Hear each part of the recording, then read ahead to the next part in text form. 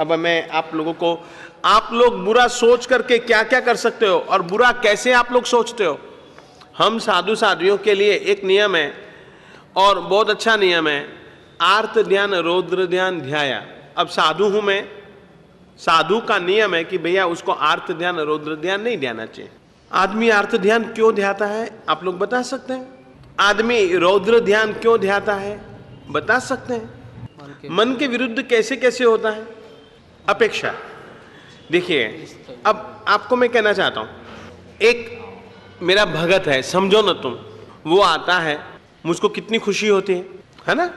और जब वो जाता है या जब वो रहता है तो वो कहता है कि महाराज मैं तो बस 2 दिन के लिए आया हूं, 2 दिन के बाद चले जाऊंगा। और जबकि मैं उसको 11 दिन के लिए चाहता हूं, तो आप लोग सोचेंगे आपके दिल दिमाग में क्या क्या क्या क्या क्या क्या क्या क्या क्या पैदा होता है। इष्ट के संयोग की अपेक्षा भी इष्ट के वियोग की चिंता आपको ज्यादा दुखी कर दी है। और तुमको अपना अनुभव कहता हूं कि इष्ट के संयोग का आनंद हम नहीं उतना भोग पाते जितना कि इष्ट के वियोग का दुख हमको जला देता है। ऐसा नहीं होता है क्या? संयोग का आनंद आनंद रहता ही नहीं वियोग की बात कल सुनकर के, विरह की कल्पना करके, और मन बहुत खराब खराब खराब खराब विचारने लग जाता है। ये सब अनर्थ दंड है।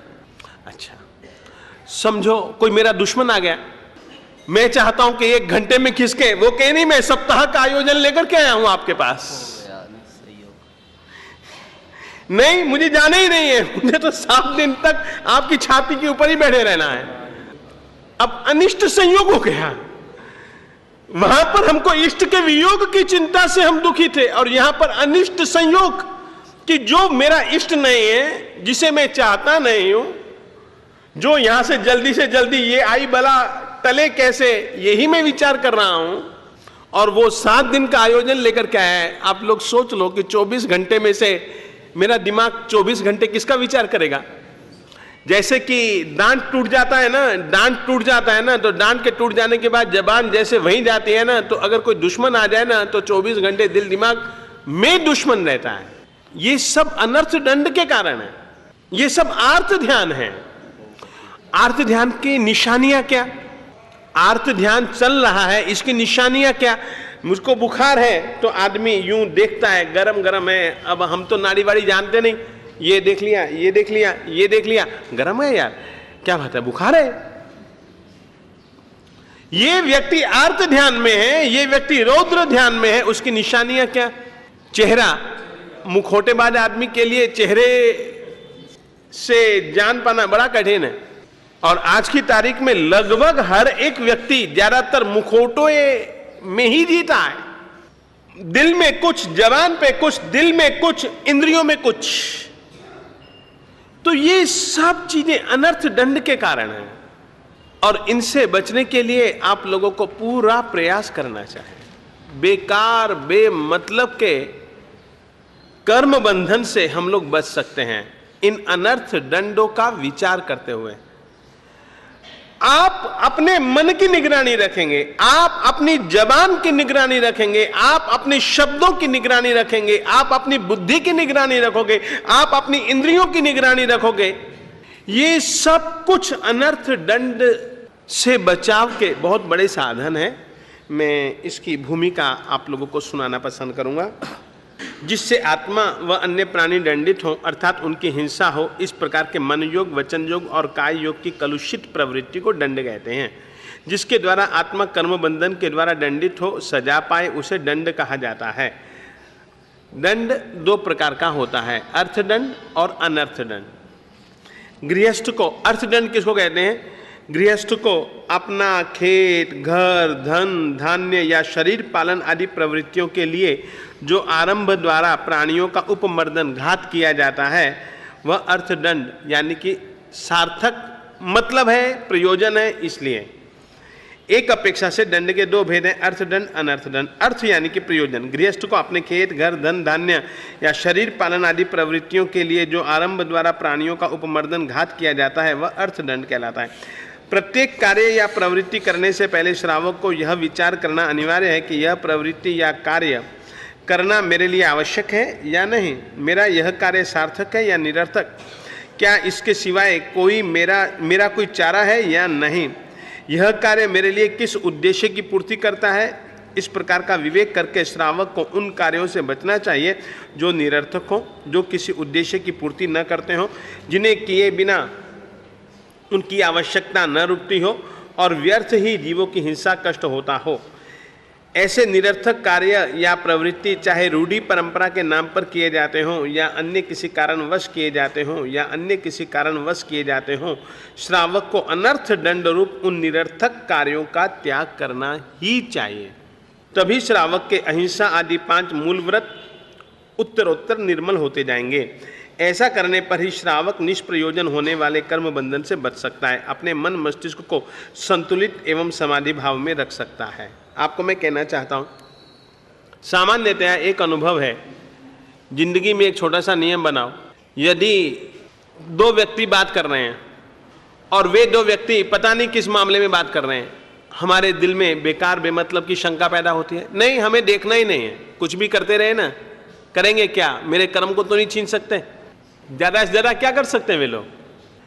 यदि तुमने ध्यान दिया और वे कुछ और कर रहे हो और यदि तुम्हारे दिल दिमाग में ये आ गया कि ये मेरे विरोध में कुछ न कुछ षड्यंत्र रच रहे हैं और जबकि उनके दिल दिमाग में कुछ है ही नहीं, तुम्हारा मन कितना खराब हो जाएगा। उन 2 के प्रति तुम कितना वैर भाव बांध लोगे। अपनी अच्छाई बताने के लिए, अपनी हेकड़ी झाड़ने के लिए मैं भी कुछ हूं, दूसरों के ऊपर अपन लोग कितने झूठे सच्चे बिना देखे बिना समझे आरोप प्रत्यारोप करते हैं कि नहीं करते, कुछ सोचते हैं कि नहीं सोचते, और जबकि तुम्हारी सोच से उनका कुछ भी होने वाला नहीं है, तुम्हारा बिगड़ने वाला है। यह विवेक एक जागृत होना चाहिए, सोचने के पहले, बोलने के पहले और करने के पहले। फिर से कहना चाहता हूं, सोचने के पहले यानी कि मन से, बोलने के पहले यानी कि वाणी के योग से। सोचना यानी कि मन का विषय है तो मन योग आ गया, बोलना वाणी का संदर्भ है, वचन योग आ गया, करना काया का विषय है, इंद्रियों का विषय है तो काय योग आ गया। तीनों की ऊपर बिल्कुल निगरानी और अपनी बुद्धि को, अपने दिल को बिल्कुल खोल करके रखिएगा, तो ही अनर्थ दंडों से विरमन आपकी रुकावट हो सकती है, अन्यथा बहुत मुश्किल है। और कोई कुछ बोलता भी हो ना, लगे कि कोई काम की चीज नहीं है, ध्यान मत दीजिएगा ना। रास्ते पर चलते हैं, कोई गाड़ी की भी आवाज आती है, कोई स्कूटर की भी आवाज आती है, आदमियों की भी आवाज आती है, औरतों की भी आवाज आती है, जिंदाबाद भी आता है, मुर्दाबाद भी होता है। किसी के कहने से मैं जिंदा हो जाऊंगा या किसी के कहने से मैं मुर्दाबाद हो जाऊंगा। छोड़ो ना यार, जिंदाबाद मुर्दाबाद के वे करते हैं और चिंता किनको होती है, वो तो बांध ही रहे, तुम क्यों बांध रहे हो। एक मेरे पिताजी थे, मेरे पिताजी एक दोहा हमको बहुत बार सुनाया करते थे, जो करेंगे सो भरेंगे तू काहे हो तो उदास। जो करेंगे सो भरेंगे, कबीरा तेरी झोपड़ी गल कटियन के पास, जो करेंगे सो भरेंगे तू काहे हो तो उदास। अब कोई गले को काट रहा है, किसी के छुरी चला रहा है, अरे वो चला रहा है तो चला रहा है यार, तुझे काहे की चिंता है, जो करेंगे सो भरेंगे। तेरे कहने से तो वो कोई मानने वाले हैं नहीं, कोई रुकने वाले हैं नहीं, छोड़ना यार ये जंजाल। ये कबीर का दोहा हमारे पिताजी कई बार सुनाया करते थे, कबीरा तेरी झोपड़ी गल कटियन के पास। गल कटियन यानी कि गला काटने वाला, मगर अपन लोग ये समझे निंदकों लोगों के साथ में ही मेरा बसेरा है, उन्हीं के बीच में ही मैं हूं। उनकी यदि हम बार बार बार बार बार बार ध्यान रखेंगे, जीना मुश्किल हो जाएगा तुम्हारा। तो इस तरीके की वृत्तियां, हां अपनी वृत्ति के ऊपर सावचेत रहो, मगर दूसरों की प्रवृत्तियों की ही चिंता करते रहना, यह अनर्थ दंड का मुख्य कारण है।